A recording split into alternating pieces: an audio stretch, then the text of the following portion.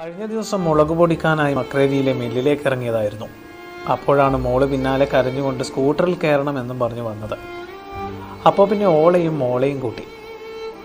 അച്ഛനും അമ്മയും ജോലി ചെയ്ത ദിനേശ് കമ്പനി കാണണോ എന്ന് ഞാൻ ഓളോട് ചോദിച്ചു. കാണിച്ചു കൊടുത്തു.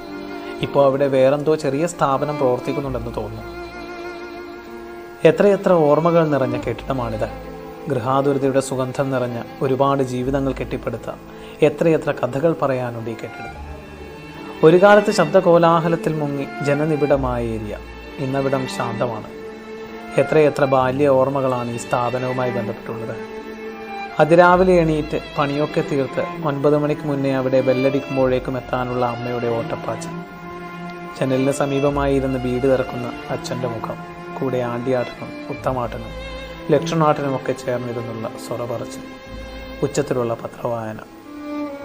സുഖമില്ലെങ്കിൽ ഡോക്ടറെ കാണിക്കാനോ മറ്റെന്തെങ്കിലും ആവശ്യത്തിനോ ചക്രക്കല്ലിലേക്ക് പോകണമെങ്കിൽ വൈകുന്നേരം കമ്പനിയിലേക്ക് വാ എന്നാണ് അച്ഛൻ പറയാറ്. 6 മണിക്കുള്ള ബസ്സിന് പോകാൻ 4 മണിക്കേ അവിടെ പോയിരിക്കും. എല്ലാവർക്കും വലിയ സ്നേഹമായിരുന്നു. വിശേഷങ്ങൾ ചോദിച്ചും കൊഞ്ചിച്ചും വീർപ്പൂട്ടി. വീട്ടിലോ അടുത്ത വീട്ടിലോ ഒക്കെ ആരെങ്കിലും വിരുന്ന് വന്നാൽ അച്ഛനെയോ ബാബുവേട്ടനോ ഒക്കെ വിളിക്കാൻ പോകും. വീട്ടിൽ നിന്നും സാങ്കല്പിക വണ്ടി സ്റ്റാർട്ടാക്കി ഗിയർ മാറ്റി ഹോണും അടിച്ച് പിന്നെ ഒരു ഓട്ടമാണ്. ബീഡി വ്യവസായം പ്രതിസന്ധിയിലായതോടെ ജീവിതം കരുപിടിപ്പിക്കാൻ മറ്റുപജീവന മാർഗങ്ങൾ തേടി ഓരോരുത്തരായി കൊഴിഞ്ഞുപോയി. കാലാന്തരത്തിൽ കൂട്ടായ്മകൾ ശോഷിച്ചു വന്നു. എങ്കിലും അവസാനം വരെ ഈ തൊഴിലിനെ മുറുകെ പിടിച്ച കുറച്ചുപേർ ബാക്കിയായി. പിന്നീട് അവരെയും മറ്റു കെട്ടിടത്തിലേക്ക് മാറ്റി.